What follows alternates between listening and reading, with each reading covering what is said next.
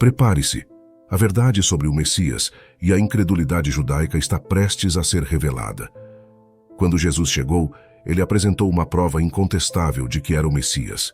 Ele curou os doentes, fez os surdos ouvirem, os paralíticos andarem, limpou os leprosos de suas aflições e até ressuscitou os mortos de seus túmulos, tudo diante dos olhos dos líderes judeus.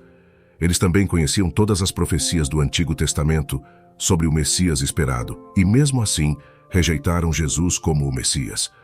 A questão que resta é: por que, mesmo cercados por tantas demonstrações, o povo judeu negou Jesus? É isso que discutiremos hoje. Existem várias razões pelas quais a maioria dos judeus rejeitou Jesus como o Messias. Neste vídeo, discutirei 4 dessas razões. A primeira é a confusão entre as profecias do Antigo Testamento sobre a primeira e a segunda vinda de Jesus. Muitas profecias messiânicas foram cumpridas por Jesus em sua primeira vinda, como as características do Messias descritas em Isaías, capítulo 11. Os detalhes do local de nascimento do Messias em Miqueias 5, versículo 2. Os sofrimentos e a morte do Messias, delineados em Isaías 53, bem como as previsões sobre o momento exato da chegada do Messias encontradas em Daniel, capítulo 9, versículos 2 a 27. No entanto, houve outras profecias no Antigo Testamento que Jesus não cumpriu em sua primeira vinda.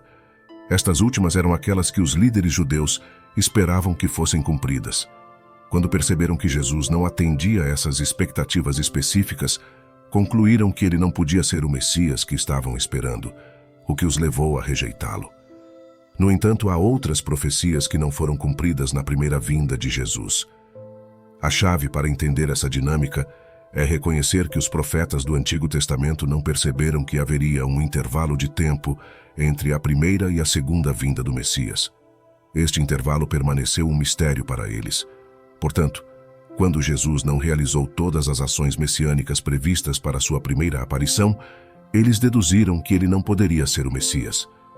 Paulo, referindo-se a esse intervalo, descreveu-o como um mistério que havia sido ocultado em eras passadas e revelado apenas a ele e à geração apostólica.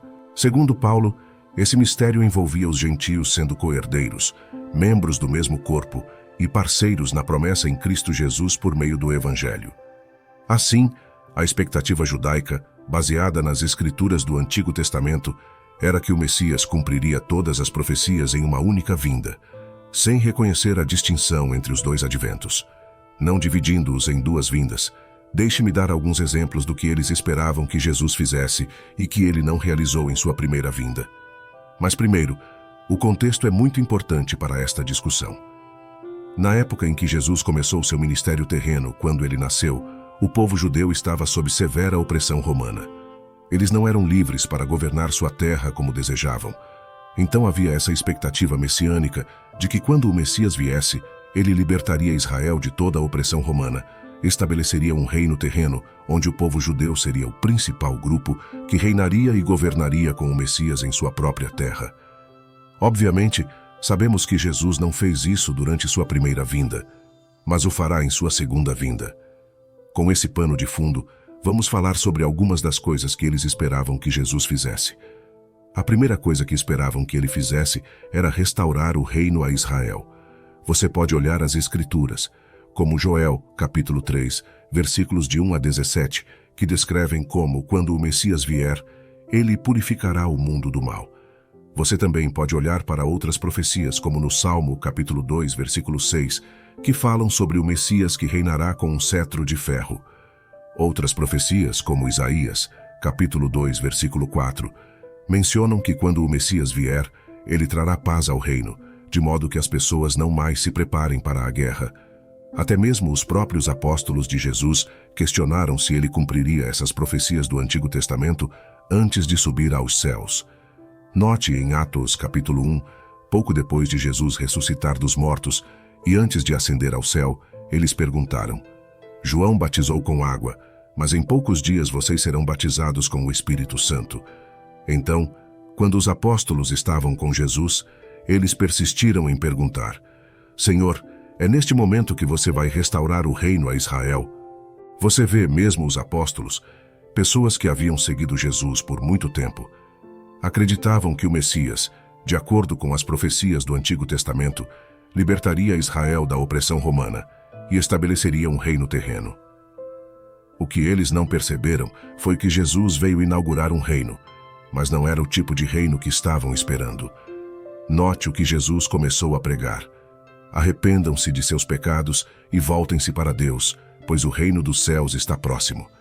As pessoas na época de Jesus esperavam que o Messias trouxesse um reino que envolvesse bênçãos físicas e materiais, mas Jesus estava dizendo: não, vocês não entendem. O reino mais importante que preciso inaugurar é um reino que inclui bênçãos espirituais. Por esse motivo, Jesus dedicou grande parte de seu ministério terreno ao ensino sobre os princípios de seu reino e como essas bênçãos espirituais poderiam ser obtidas, não se concentrando nas bênçãos materiais e físicas de um reino terreno. Ele veio não apenas para restaurar Israel politicamente, mas também para regenerar a vida espiritual de Israel. Nas profecias, como em Jeremias, capítulo 31, é mencionada a nova aliança, na qual eles receberiam corações novos e viveriam em obediência ao Messias e ao Senhor. Portanto, esperava-se uma regeneração espiritual central. O templo era central para essa experiência. No entanto, Jesus previu que o templo seria destruído. Por essas razões, os judeus concluíram que esse homem não poderia ser o Messias. A segunda razão principal pela qual o povo judeu rejeitou Jesus como o Messias, encaremos os fatos, é que o viam como um blasfemador. Na fé judaica há uma oração chamada Shema, proveniente de Deuteronômio, capítulo 6, versículos 4 e 5, que diz: Ouve, Israel, o Senhor nosso Deus, o Senhor é um só.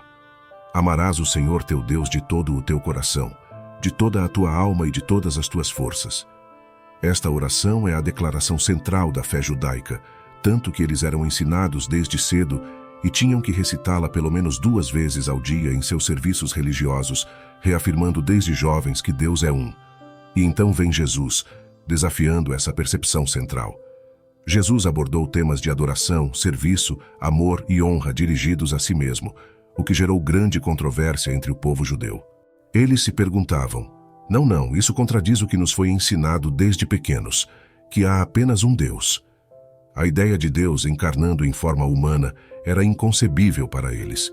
Então, quando Jesus fez declarações como aquela que encontramos em João 8, versículo 58, em verdade vos digo que antes de Abraão existir, eu sou. Eles entenderam claramente a magnitude dessa afirmação. Jesus não estava apenas sugerindo sua pré-existência antes de Abraão. Ele estava reivindicando uma existência eterna. Além disso, ao usar a expressão eu sou, Jesus estava tocando profundamente na identidade divina, pois essas palavras se referem ao nome de Deus revelado na tradição judaica, Yahvé. Quando Moisés perguntou a Deus em Êxodo quem deveria dizer que o enviou, Deus respondeu: Eu sou quem eu sou. Assim, ao se identificar com eu sou, Jesus claramente atribuía a si mesmo uma natureza divina, o que para os judeus da época era equivalente à blasfêmia. Isso é evidenciado pelo fato de que imediatamente após essa declaração, de acordo com o relato de João, eles tentaram apedrejá-lo, interpretando suas palavras como uma grave ofensa religiosa, pois ele parecia estar se igualando a Deus. Eles então tentaram capturá-lo, mas Jesus se escondeu e deixou o templo. No contexto da fé judaica, a blasfêmia era considerada um crime muito sério, punível com a morte por apedrejamento. Mais tarde, no Evangelho de João, encontramos Jesus dizendo: Eu e o Pai somos um. Esta declaração foi entendida pelos judeus como uma clara equivalência de Jesus com Deus, o que, de acordo com a interpretação judaica, representava blasfêmia flagrante. O Shema, uma oração fundamental na tradição judaica, reitera a unidade de Deus. Ouve, Israel, o Senhor nosso Deus, o Senhor é um. Assim, ao dizer eu e o Pai somos um, Jesus parecia estar desafiando esse núcleo central da fé judaica, levando as pessoas mais uma vez a tentarem apedrejá-lo. A segunda razão, portanto, para rejeitar Jesus como o Messias era a percepção de que ele estava blasfemando ao afirmar ser um com Deus. Isso contradizia profundamente os ensinamentos que haviam recebido e praticado. A terceira razão para a rejeição do povo judeu a Jesus estava relacionada ao desafio que ele representava para algumas de suas doutrinas e tradições religiosas. Muitos líderes religiosos da época viam os ensinamentos de Jesus como contrários a várias interpretações e aplicações tradicionais da lei mosaica. Os rabinos, responsáveis por transmitir e interpretar as leis e tradições do Antigo Testamento, percebiam Jesus como uma ameaça à continuidade e autoridade de suas interpretações, transmitidas de geração em geração. Quando Jesus chegou e começou a questionar algumas das leis sagradas e tradições dos judeus, isso provocou uma forte reação defensiva entre eles. Eles se perguntavam: quem é esse homem que vem e propõe novas interpretações ou ensinamentos aos nossos preceitos? Um exemplo disso pode ser visto em Mateus capítulo 15, onde fariseus e escribas de Jerusalém questionaram Jesus sobre por que seus discípulos não seguiam a antiga tradição de lavagem cerimonial das mãos antes de comer. Jesus aproveitou essa oportunidade para destacar uma questão mais profunda, indicando que a pureza externa, embora relevante, não era tão crucial quanto a pureza do coração. Ele desafiou esses líderes religiosos com uma contrapergunta. Por que eles consideravam correto fazer votos financeiros ao templo, mas negligenciavam a responsabilidade fundamental de cuidar e honrar seus pais, usando o voto como desculpa para não ajudar? Quando olhamos para a resposta das pessoas após o milagre da ressurreição de Lázaro, vemos uma divisão clara. Muitos acreditaram em Jesus ao testemunhar esse ato divino, mas outros, em vez de reconhecerem a magnitude do que acabara de acontecer, correram para informar aos fariseus sobre isso. Em vez de se renderem à evidência de que Jesus poderia ser o Messias, eles discutiram maneiras de contê-lo e, em última análise, eliminá-lo. A partir desse ponto, os líderes judeus intensificaram seus planos para matar Jesus. Essa rejeição por parte do povo judeu mostra uma resistência à verdade. Mesmo diante de milagres que somente Deus poderia realizar, seus corações permaneceram endurecidos. Esta resistência culminou em uma acusação de que Jesus realizava milagres pelo poder de Satanás, mostrando o nível de negação e endurecimento dos corações contra ele. Assim, Jesus se tornou, como Paulo menciona, um tropel para os judeus, a pedra rejeitada pelos construtores que, paradoxalmente, se tornou a pedra angular da fé cristã. Esta pedra angular, rejeitada pelo povo escolhido, agora sustenta a nova aliança estabelecida em Cristo, demonstrando a inversão de expectativas e a abertura de um novo capítulo na história da salvação.